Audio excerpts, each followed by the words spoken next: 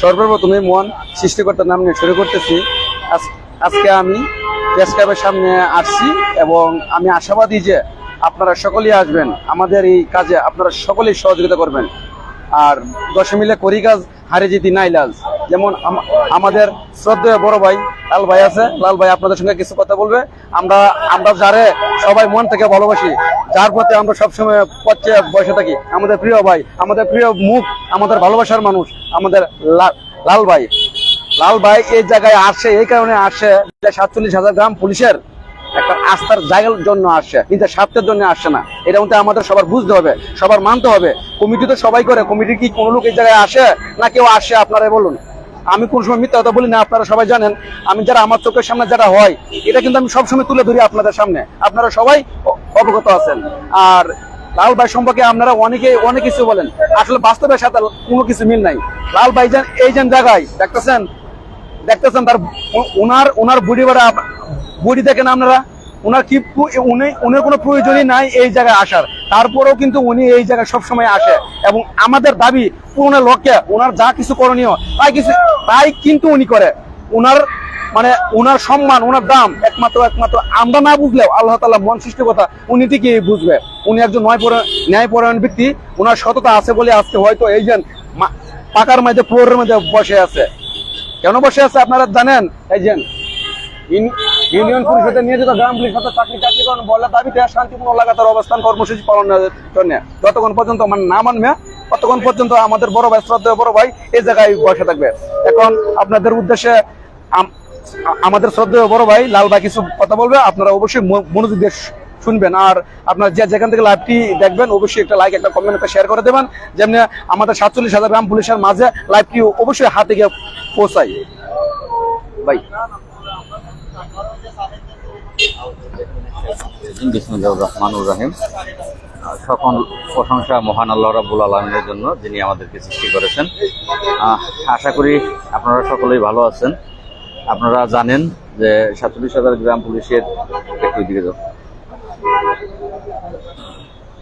আপনারা সকলেই জানেন যে 47,000 গ্রাম পুলিশ অবহেলিত একটি বাহিনীর নাম। আমাদের ভাগ্য পরিবর্তন আল্লাহ করতেছে না, তো আমরা সকল কায়দাই চেষ্টা করেছি। আমরা মানববন্ধন থেকে শুরু করে স্মারকলিপি সকল প্রকার প্রস্তুতি প্রোগ্রাম আমরা করেছি, কিন্তু কোনো লাভ হয়নি।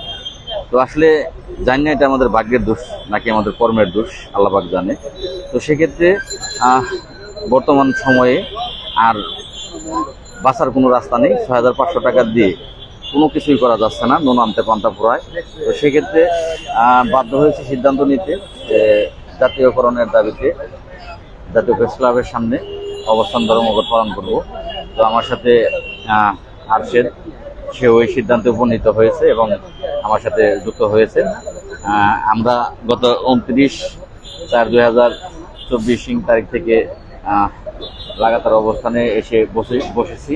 গতকালকে 2 জন ছিলাম, আজকে এই মুহূর্তে 2 জন থেকে 4 জন হয়েছি। তো যাই হোক, আরও কিছু লোকজন হয়তো বা আসবে, সম্ভাবনা আছে। তো 47,000 গ্রাম পুলিশ সকলেরই উচিত এইখানে এসে জায়গাটাকে ভারী করা, যে এটা সকলের দাবি সেটা বোঝানো, এটা উচিত ছিল। তো আপনারা কেন ঘরে বসে আছেন এসি ছেড়ে আমি জানি না। আজকে প্রচণ্ড গরম, প্রচণ্ড, যা বলার বাইরে। আজকে মনে হয় সবচেয়ে তাপমাত্রা বেশি যাবে আজকে। তো আমরা কিন্তু সেই চিন্তা করতেছি না। আমরা 47,000 গ্রাম পুলিশের জাতীয়করণের চিন্তা করতেছি, নিজেদের চিন্তা করতেছি না।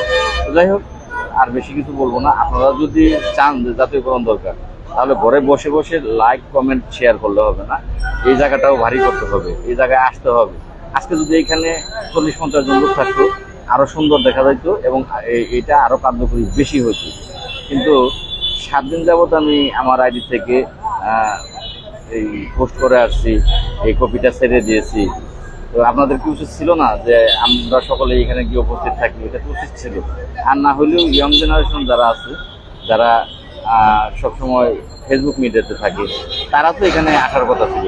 যাই হোক, আজকে সেই বরিশাল থেকে আমার একটি ভাই এসেছে, সদর বরিশাল থেকে আমার একটি ভাই এসেছে, এইমাত্র সে এসে উপস্থিত হইল। আর যে ভাইটি আইডি থেকে আপনারা লাইভ দেখতেছেন, সেই ভাইও এসেছে।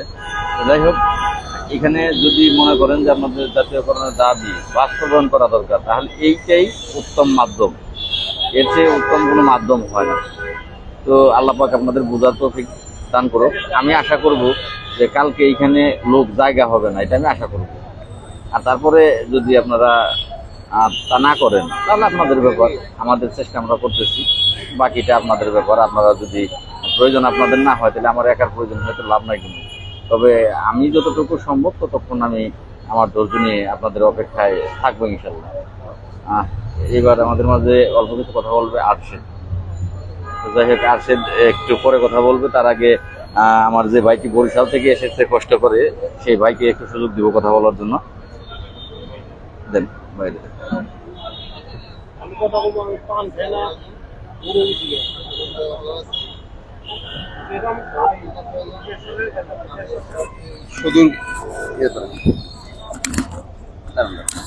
আসসালামু আলাইকুম। সর্বোপরি কথা হলো, আমি সেই সুদূর বরিশাল থেকে মাত্র আসলাম। সকালে আপনার 5:30টায় রওনা দিছি।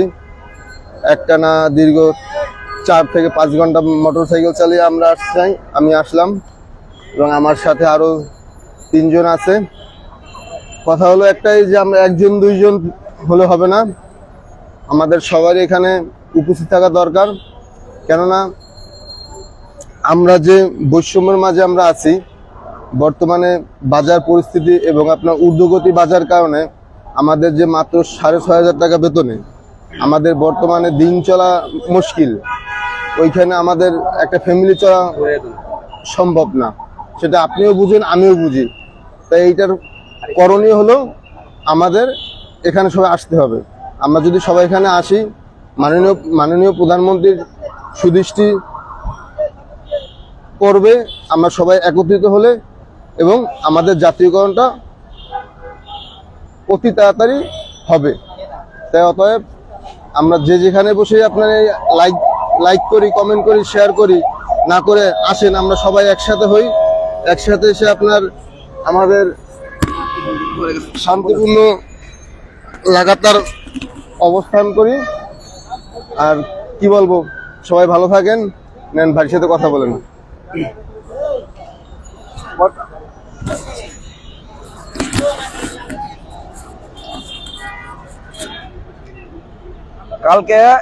কালকে একটার সময় বাড়ি থেকে রওনা দিয়েছি, একটাই ঠিক আছে।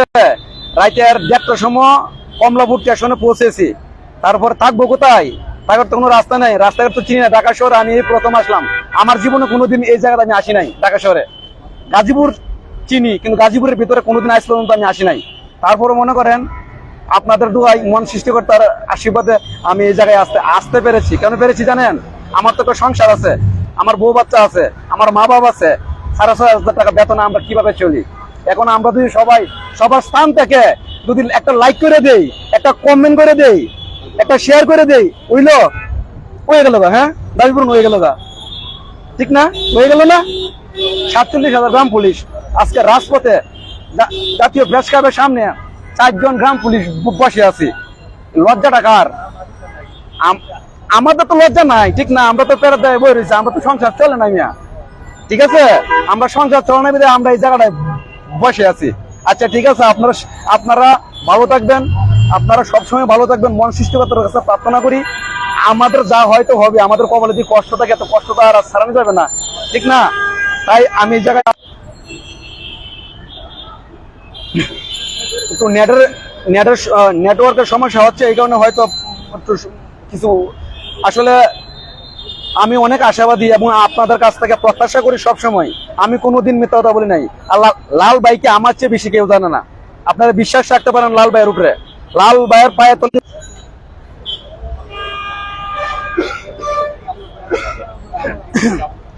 নেটওয়ার্কের সমস্যা, এই কারণে হয়তো কথাগুলো বলতে পারতেছি না। এই জায়গায় নেটওয়ার্কের খুব সমস্যা। আর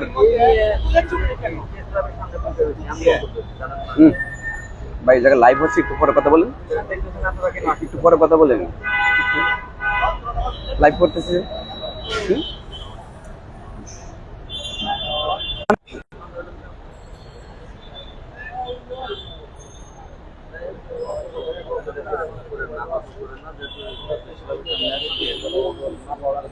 ইউনিয়ন পরিষদে নিয়োজিত গ্রাম পুলিশ সদস্যদের চাকরি জাতীয়করণের বহলের দাবিতে শান্তিমূল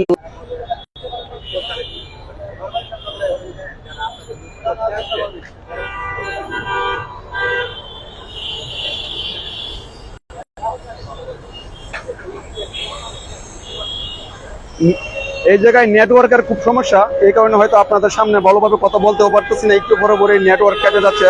তাই আমি আপনাদের উদ্দেশ্যে একটা কথাই বলবো, আপনারা যে জায়গা নিয়ে আছেন সেফটি ফার্স্ট। আর বিশেষ করে অনেক গরম, আর আপনারা যারা যারা আসতে চান আপনারা অবশ্যই প্রেস ক্লাবের সামনে চলে আসবেন। আসলে দশের লাঠি একের বোঝা, আমরা লজ্জা কিসের, আমরা যেহেতু